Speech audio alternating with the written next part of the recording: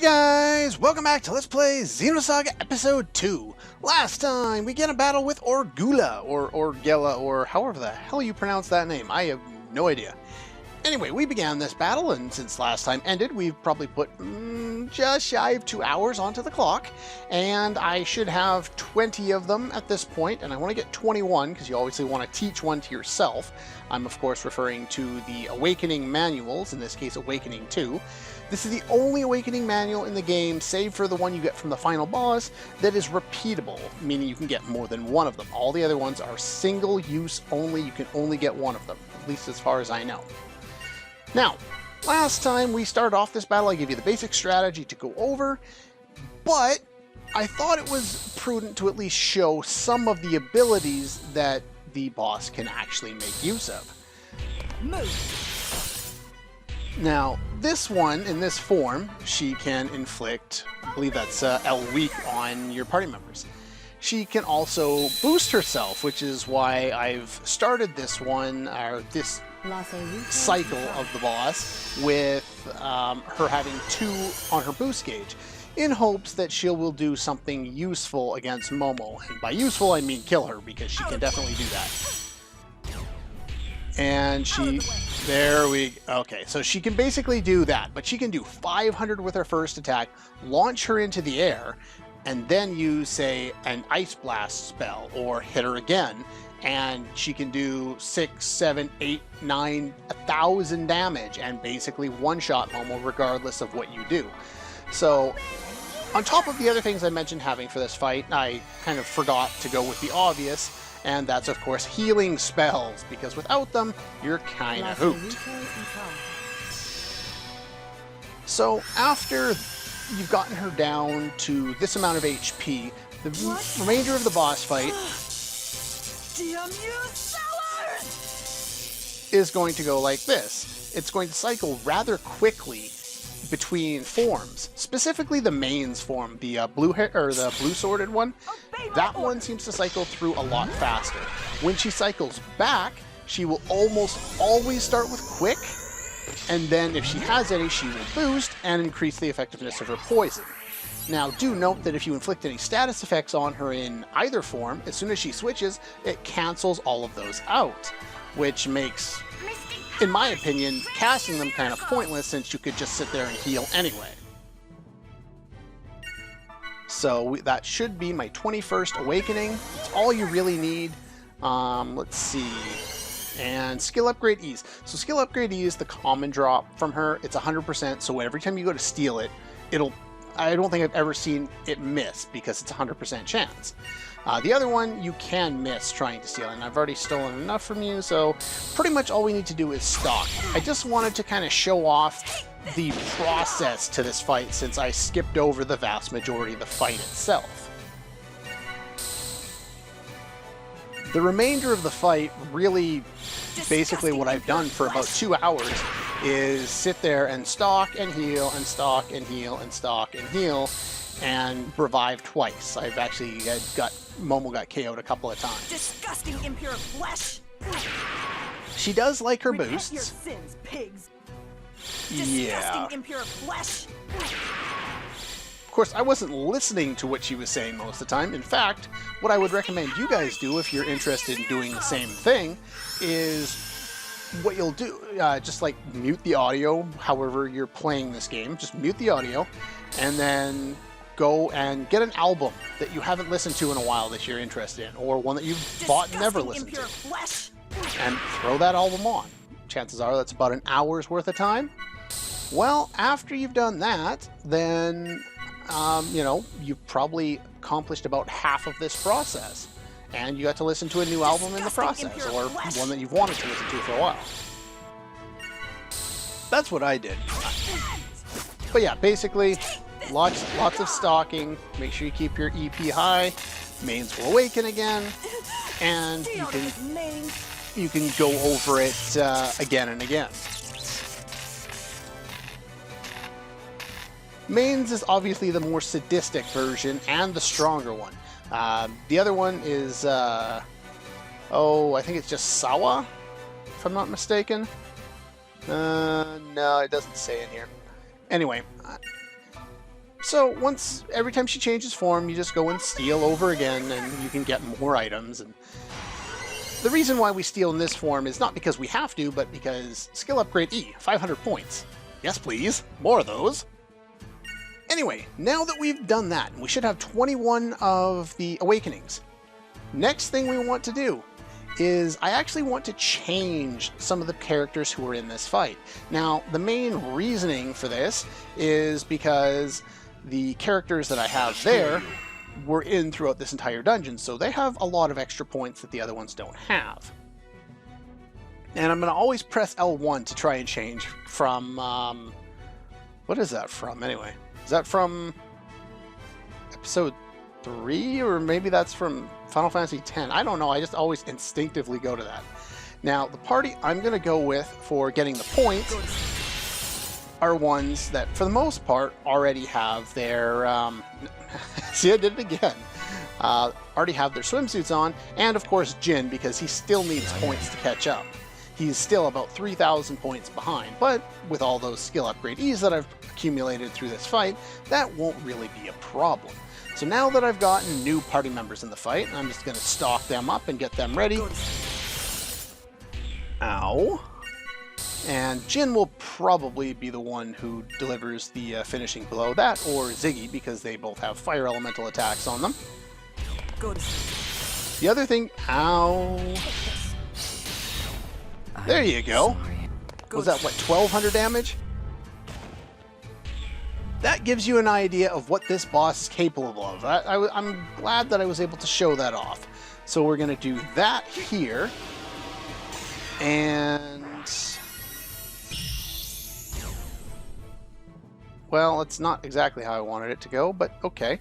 So we're going to go CB down. No, I guess not. And then just to have you unload what's left of your stock, which should be enough to kill her. Sorry. Now, I'm going to redo that since I already have a save state relatively close, because I want to get ×4 for a battle that I was in there for 2 hours. I'm getting my ×4. Thank you very much. And I will see you with the same party in a moment. Well, that was ×10. Wasn't exactly what I was aiming for. I just wanted a simple ×4, but I'll take it, considering these guys need points. The reason why I chose Chaos and Ziggy to go with Jin in this case, as opposed to Junior, who is also low on points, is because you're going to use Junior a lot more often than you will Chaos or Ziggy, and Jin still needs to catch up. So with this, I think Jin is officially caught up to Junior. I don't know why his name was escaping me, but anyway, that will work just fine. And of course, after completing this monumental boss fight that had nothing to do storyline-wise with pretty much anything, we don't get any cutscenes or anything of the sort. Just to kind of check over here, I got 21 Awakening 2s, and I got 44 of those, which I think I'm supposed to have 42, but either way, I'll take it. Probably missed a cycle or something like that. Do note that I used some skill upgrade Ds ahead of time before the boss fight to get enough points for KOS-MOS and Momo. Speaking of which, they are still in my party, so I need to switch up my characters, reset up all my gear, and then I will see you in a moment. Okay, we're back. Now, this very large room that we've come into, I don't really know if it serves any purpose, to be honest. Do we need to do anything here? Oh, I guess I probably need to blow these things up. I'm gonna leave fast forward on because this takes forever. But yeah, that drops that thing down there. And now we're gonna run on out because that's pretty much all we came to this entire room for. Though they haven't really explained what we're doing. We just need to destroy this thing from inside. So we gotta make it blow up somehow. I guess that's the thought.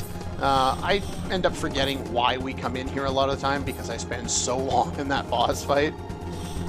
And now we're treading water. Save point. After a 2-hour boss fight, you bet I'm using that. Alright, we'll just save right over that one since I don't need to go back anymore. And once you are done all that, move on in.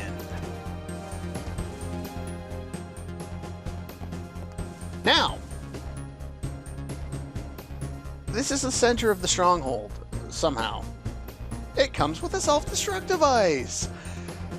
Okay, whoever came up with this idea as your self-destruct device is an idiot. Yeah, this is basically what it is it's a little puzzle. And the point here is you want to make everything line up in a certain way. So, let's just take a look at my guide here because I don't remember how to do most of this. Okay, so you want to hit that one that way. And you see, basically there are, I think, 3 fuses and they all have to hit the center point at the same time. This sometimes takes bloody forever to do. This one here, you want it to go that way. And the last one you have to do anything with. You don't have to play with them all, but you do have to play with some of them. Now I believe it's that one. I think that goes right there. Now, make sure you've saved, because what this will do is it'll start a timer sequence, and all of the save points will be removed from the entire dungeon. Now, this makes a lot of sense because if you save with 5 seconds to go and you were nowhere near the exit, you'd kind of screw yourself over and you couldn't continue with the game. So make sure that you're saved ahead of time, especially after that. Press the ignition button. Assuming I've done this correctly, if not, I'm going to have to yell at the official strategy guide because that's what I used for this. There we go. Let's get out of here and go back to the Elsa. Perfect. Run! I believe we're supposed to go out this way. I would guess.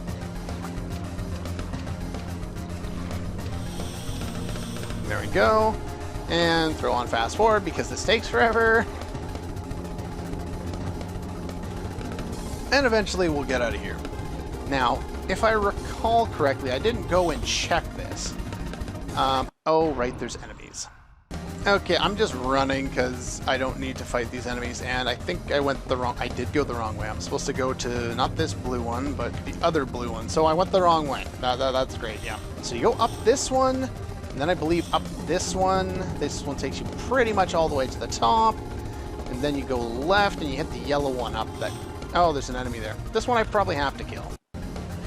Okay, I actually went back to the save file that I just made and had to restart because I spent way too long in that fight, and that will definitely happen.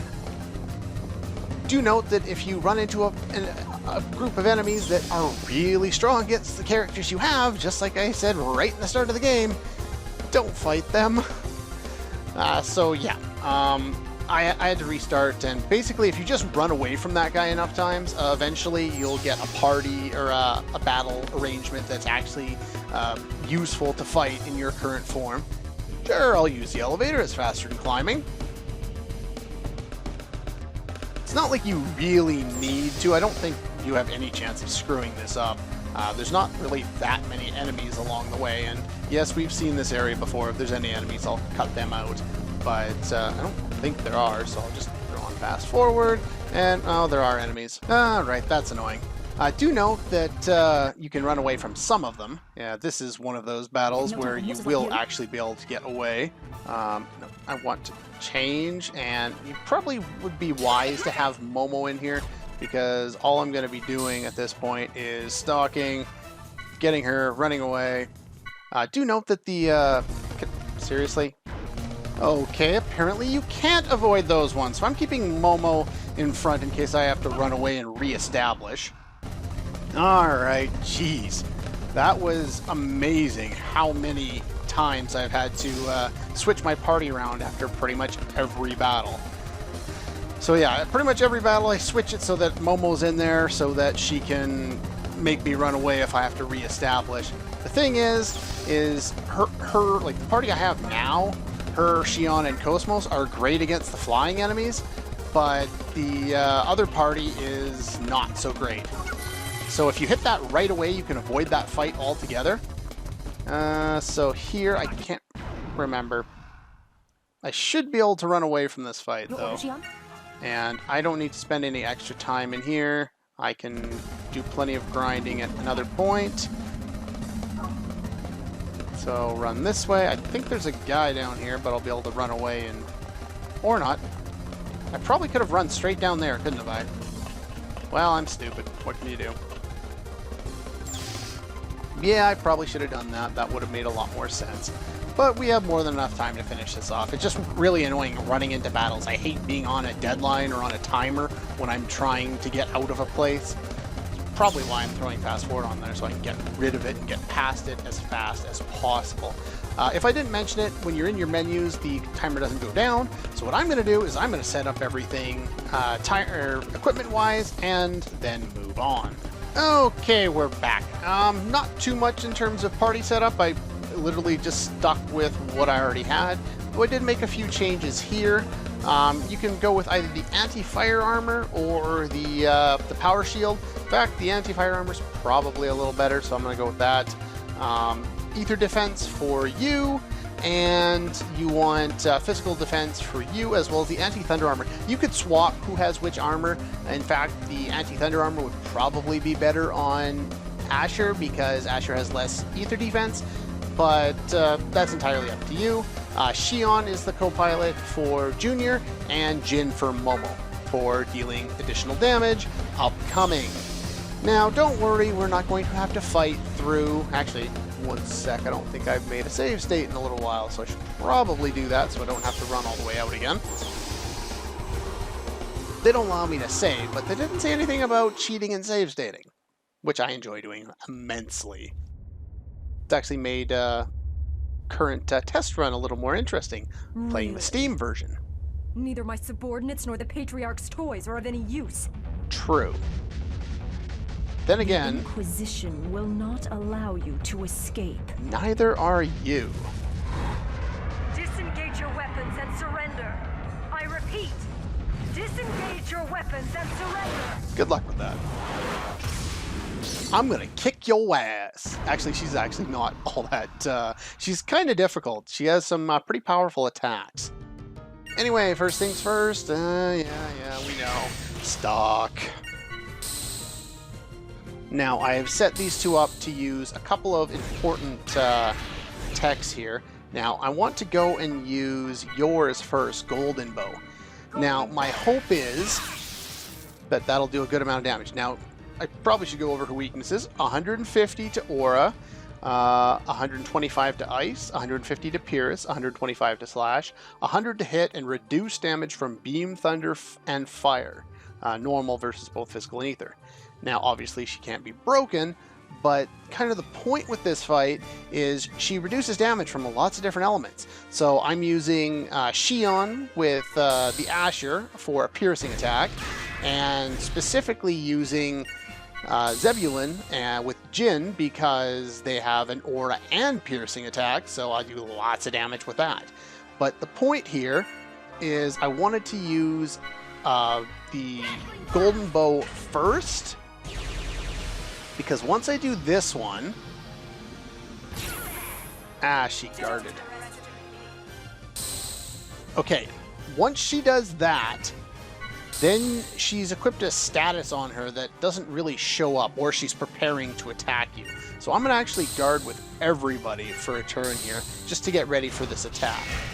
Okay, not that attack, but... if I remember correctly, that status, the stalking thing that she just did, gives her the ability to intercept incoming projectiles. Now, the only way to get rid of that is Golden Bow, because it reduces statuses. She's going to do it again, which is unfortunate. I may be incorrect in how I've interpreted. Yeah, this is the thing I was thinking of. So now all incoming projectiles will, I think, be reduced in damage or something like that. So what I'm going to do here is I'm going to actually stalk with you, and we're going to use Golden Bow here to remove that. Yeah, it slowed down the missiles. But I think that might have taken it off. I could be mistaken. Either way, it doesn't really matter, because until she actually uses her powerful attacks, you really don't have a lot to worry about. And since she didn't guard that one, I'm assuming I was able to successfully reduce that ability. The D field. It seems to be reduced if you use that ability. So guess she's not even going to get off her powerful attack. She has a Thunder Elemental attack that can hit both allies called Genesis, and I think it does upwards of like 5,000 damage.